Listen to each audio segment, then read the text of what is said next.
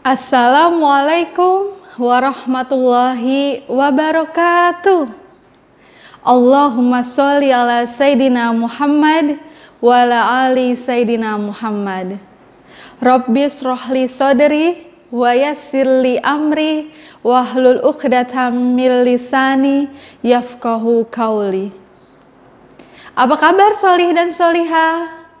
Semoga dimanapun kalian berada dalam keadaan sehat walafiat ya. Amin. Bertemu kembali dengan Bu Aini. Oh ya solih dan solihah, sebelum kita mulai, marilah kita berdoa terlebih dahulu agar ilmu yang kita dapatkan hari ini dapat lebih berkah dan bermanfaat untuk kita semua. Bismillahirrahmanirrahim. Rabbi zidni ilma warzuqni fahma waj'alni minas sholihin. Ya Allah, tambahkanlah aku ilmu dan berilah aku kemampuan untuk memahaminya, dan jadikanlah aku termasuk orang-orang yang sholih. Amin.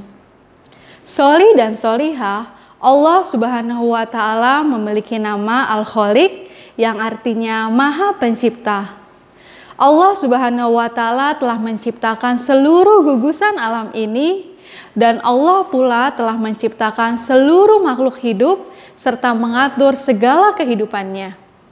Dan Allah pula telah memberikan amanah kepada para malaikat untuk menjalankan tugasnya, sebagaimana tercantum dalam surat Al-Qaf ayat 17.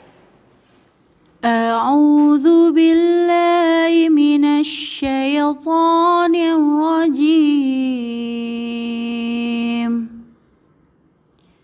Idh yatalaqqal mutalaqqiyani 'anil yamini wa 'anil shimali qa'id. Ingatlah ketika dua malaikat mencatat perbuatannya, yang satu duduk di sebelah kanan dan yang lain di sebelah kiri. Quran Surat Qaf ayat 17. Sholih dan sholihah, sebagai seorang anak muslim kita wajib beriman kepada para malaikat, sebagaimana rukun iman yang kedua. Iman kepada malaikat adalah kewajiban bagi semua umat Islam karena merupakan salah satu pilar rukun iman. Allah Subhanahu wa Ta'ala telah menciptakan malaikat dari nur atau cahaya. Dan Allah telah memberikan amanah serta tugas untuk dijalankan kepada para malaikat. Malaikat memiliki sifat gaib yang tidak bisa dilihat oleh manusia dengan menggunakan mata kepala. Adakah hubungannya antara mengimani malaikat dengan pelestarian sumber daya alam? Apa yang akan kita lakukan terhadap alam semesta, tumbuhan, dan hewan setelah kita mengetahui tugas malaikat? Pertanyaan ini akan kita jawab setelah Ibu memberikan penjelasan. Yuk kita perhatikan penjelasan dari Bu Guru Aini dengan seksama. Tujuan pembelajaran pada kali ini adalah 1. Meyakini iman kepada malaikat menjadi landasan dalam upaya pelestarian sumber daya alam dengan baik.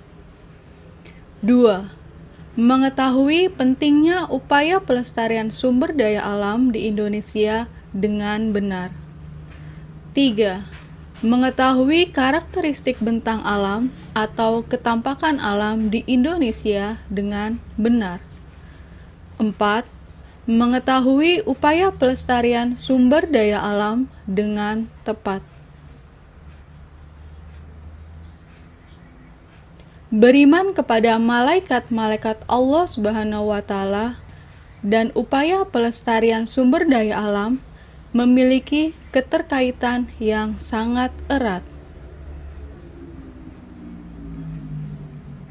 Sebab jika sedari kecil kita meyakini adanya malaikat dengan berbagai macam tugasnya, kita akan bersikap sesuai perintah Allah, yaitu yakin jika setiap apa yang kita lakukan, Allah mengetahuinya.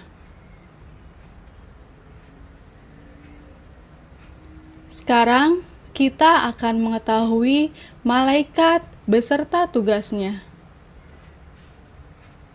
Pertama, malaikat Jibril yang bertugas menyampaikan wahyu.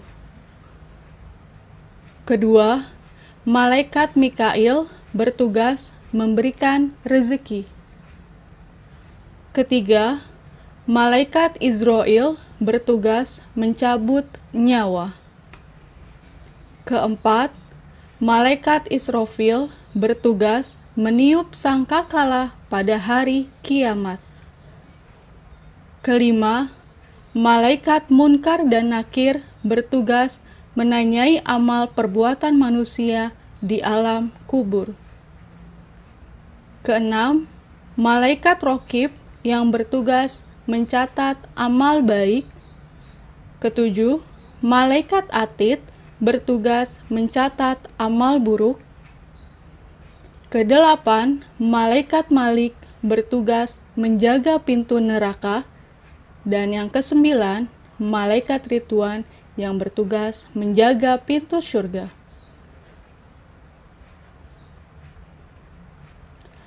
Malaikat yang ditugaskan oleh Allah Subhanahu wa Ta'ala untuk mengawasi segala gerak-gerik manusia dengan perilaku kesehariannya dalam memanfaatkan sumber daya alam yang telah Allah berikan dengan berlimpah di negara tercinta kita, yakni Indonesia.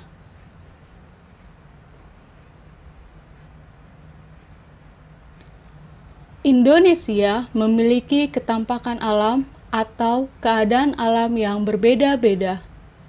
Ketampakan alam dapat disebut bentang alam.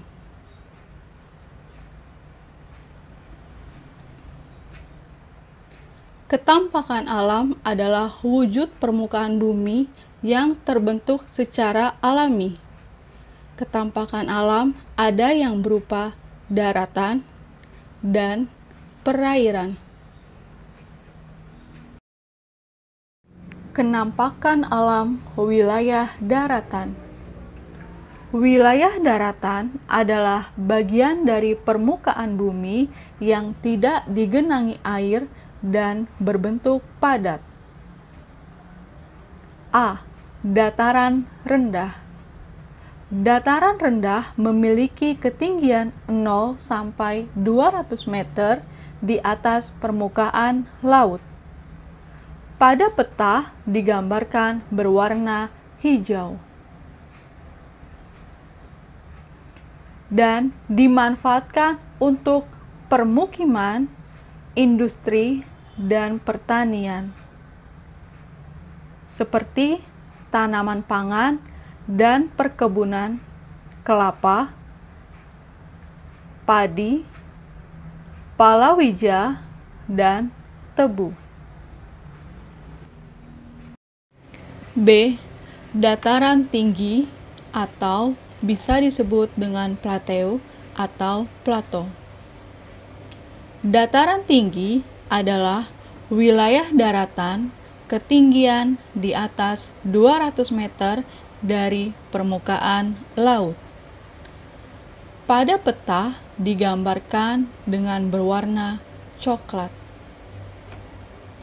Contoh dataran tinggi di Indonesia adalah Dataran tinggi Dieng di Jawa Tengah dan Dataran tinggi Bone di Sulawesi Selatan. Dataran tinggi sangat cocok untuk kegiatan wisata dan perkebunan, seperti teh, cengkeh, kopi, sayuran dan buah-buahan, bunga, dan kina. C. Pantai. Pantai merupakan wilayah perbatasan antara daratan dan laut. Pantai ada yang landai, ada yang terjal. Pantai banyak dimanfaatkan sebagai tempat wisata. Contohnya adalah Pantai Carita di Banten, Pantai Senggigi di Nusa Tenggara Barat, Pantai Ancol di DKI Jakarta, dan Pantai Kasih di Aceh. Indonesia sebagai negara kepulauan memiliki garis pantai sepanjang 81.000 km. Pantai landai banyak dimanfaatkan antara lain 1. Untuk perikanan dan tambak, hasilnya adalah udang dan bandeng. Contohnya di daerah pantai utara Jawa. 2. Untuk rekreasi dan olahraga atau objek wisata. Contohnya, Pantai Parangtritis di Yogyakarta dan Pantai Kuta di Bali. 3. Untuk tambatan perahu-perahu nelayan, contohnya Pantai Pacitan di Jawa Timur dan Pantai Ayah di Jawa Tengah. 4. Untuk pembuatan garam. Pantai terjal atau curam biasanya terdapat goa-goa yang dihuni burung walet. Sarang burung walet diambil oleh penduduk sekitar dan dimanfaatkan sebagai bahan makanan atau obat-obatan. Pantai Karangbolong di Jawa Tengah banyak terdapat goa yang dihuni burung walet. D. Gunung. Gunung adalah bagian bumi yang menonjol tinggi dengan ketinggian puncaknya di atas 600 meter. Gunung dibedakan menjadi dua, yaitu gunung berapi dan gunung tidak berapi. Gunung terdiri dari 3 bagian. Pertama, puncak. Kedua, lereng. Ketiga, kaki gunung. Tanah yang berada di sekitar gunung sangat subur. Mengapa bisa demikian? Karena mengandung fosfor dan silika yang berasal dari letusan gunung. Hal ini menyebabkan lereng dan kaki gunung banyak ditumbuhi pohon-pohon lebat dan cocok untuk kegiatan perkebunan. E. Pegunungan. Pegunungan adalah rangkaian gunung yang sambung menyambung satu sama lain. Pegunungan juga sering dimanfaatkan untuk tempat wisata sebagai tempat peristirahatan, camping, dan wisata alam, serta tempat tumbuh hutan sebagai daerah perlindungan hewan dan tumbuhan agar tidak punah. 2. Kenampakan alam wilayah perairan. Kenampakan alam wilayah perairan merupakan bagian dari permukaan bumi yang tergenangi air. Kenampakan alam yang termasuk wilayah perairan adalah sebagai berikut. A. Sungai. Sungai adalah aliran air yang panjang yang berasal dari mata air dan bermuara atau berakhir di laut. B. Laut. Laut adalah genangan air yang sangat luas dan dalam. Kedalamannya mencapai 1000 meter atau lebih. Sedangkan kedalaman laut tepi antara 0 sampai 200 meter. C. danau. Danau adalah daratan yang cekung dan terisi oleh air. D. Selat. Selat adalah laut sempit yang menghubungkan dua pulau atau lebih yang berdekatan. E. Teluk. Teluk adalah bagian laut yang menjorok ke daratan. Allah memberikan nikmat sumber daya alam kepada negara Indonesia, keindahan alam, dan ribuan kebudayaan yang sangat mempesona. Sumber daya alam adalah sesuatu yang dapat dimanfaatkan untuk berbagai kepentingan dan kebutuhan hidup lebih sejahtera yang ada di lingkungan sekitar kita. Sumber daya alam terdapat di mana saja, seperti di dalam tanah, air, permukaan tanah, udara, dan lain sebagainya. Contoh dasar sumber daya alam seperti barang tambang, sinar matahari, tumbuhan, hewan, dan banyak lagi lainnya. Sumber daya alam wajib kita lestarikan secara baik karena keyakinan adanya malaikat. Pelestarian adalah suatu proses atau teknik yang didasarkan pada kebutuhan individu itu sendiri. Sangatlah penting bagi kalian untuk melestarikan sumber daya alam agar tidak merugikan orang lain, dan janganlah merusak lingkungan kalian yang dapat mengakibatkan sumber daya alam akan hancur dan tercemar. Jagalah lingkungan kalian sendiri demi kebaikan kalian dan orang-orang sekitarnya, karena di dalam hadis yang berbunyi, barang siapa yang menyayangi walaupun terhadap binatang yang akan disembelih, maka Allah Subhanahu wa Ta'ala akan menyayangimu pada hari kelak. Hadis riwayat Imam Al-Bukhari. Sumber daya alam merupakan segala sesuatu yang ada secara alami dan dapat digunakan untuk memenuhi kebutuhan manusia. Beberapa kegiatan manusia yang berpengaruh negatif terhadap sumber daya alam antara lain ladang berpindah, perburuan liar, penangkapan ikan dengan cara yang tidak tepat, penebangan air, pembukaan hutan, kegiatan lainnya yang merusak hutan. Saat ini banyak terjadi kerusakan lingkungan.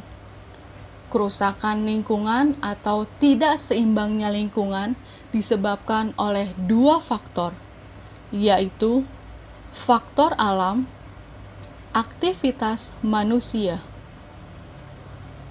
Faktor alam menyebabkan kerusakan lingkungan, misalnya bencana alam, gunung meletus, dan gempa bumi.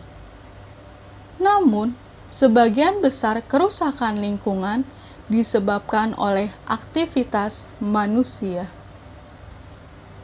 Manusia sebagai penghuni bumi sangat berperan besar dalam menentukan kelestarian lingkungan hidup.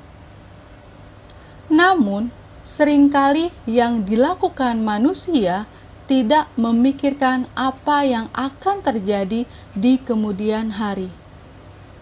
Bentuk kerusakan yang ditimbulkan oleh aktivitas manusia antara lain terjadinya pencemaran udara, air, tanah, suara, sebagai dampak adanya kawasan industri dan peningkatan pemakaian kendaraan bermotor. Terjadinya banjir sebagai dampak pembuangan sampah ke aliran sungai, sehingga aliran sungai menjadi terhambat. Terjadinya tanah longsor sebagai dampak langsung dari rusaknya hutan. Perlu ada tindakan pelestarian sumber daya alam. Adapun usaha-usaha untuk melestarikan diantaranya sebagai berikut. Penanaman kembali hutan-hutan yang gundul, menjaga kelestarian lingkungan, membuat terasering pada pertanian di pegunungan, dan membatasi pengambilan sumber daya alam yang berlebihan. Sebagai khalifah, ada nilai etika yang harus dimiliki oleh manusia, yakni berbuat adil. Sikap ini tidak hanya dilakukan oleh manusia kepada sesama, tetapi juga kepada alam. Al-Quran telah mengajari manusia untuk menyatu dan mengakui keberadaan alam, serta selalu menjaga kelestariannya. Salah satu wujud keimanan kepada para malaikat Allah adalah dengan cara meyakini tugas-tugas mereka. Ada malaikat Raqib dan Atid yang bertugas mencatat semua perbuatan manusia, baik itu kebaikan ataupun keburukan. Dengan mengimani keberadaan dan tugas dua malaikat tersebut, maka seseorang akan lebih teliti dan waspada dalam menjaga dirinya dari perbuatan dosa dan keburukan. Semoga soli dan solihah dapat berlaku adil terhadap alam dan pandai dalam menjaga dan merawat alam sekitar dengan penuh rasa cinta. Amin. Sekian penjelasan dari Bu Aini. Bu Aini akan akhiri dengan pembacaan doa kafaratul majelis. Subhanakallahumma wa bihamdik, asyhadu an la ilaha illa anta, astaghfiruka wa atubu ilaih. Maha suci Engkau ya Allah, dan segala puji bagimu. Aku bersaksi tiada Tuhan yang berhak diibadahi kecuali Engkau. Aku mohon ampun dan bertaubat kepadamu. Wassalamualaikum warahmatullahi wabarakatuh.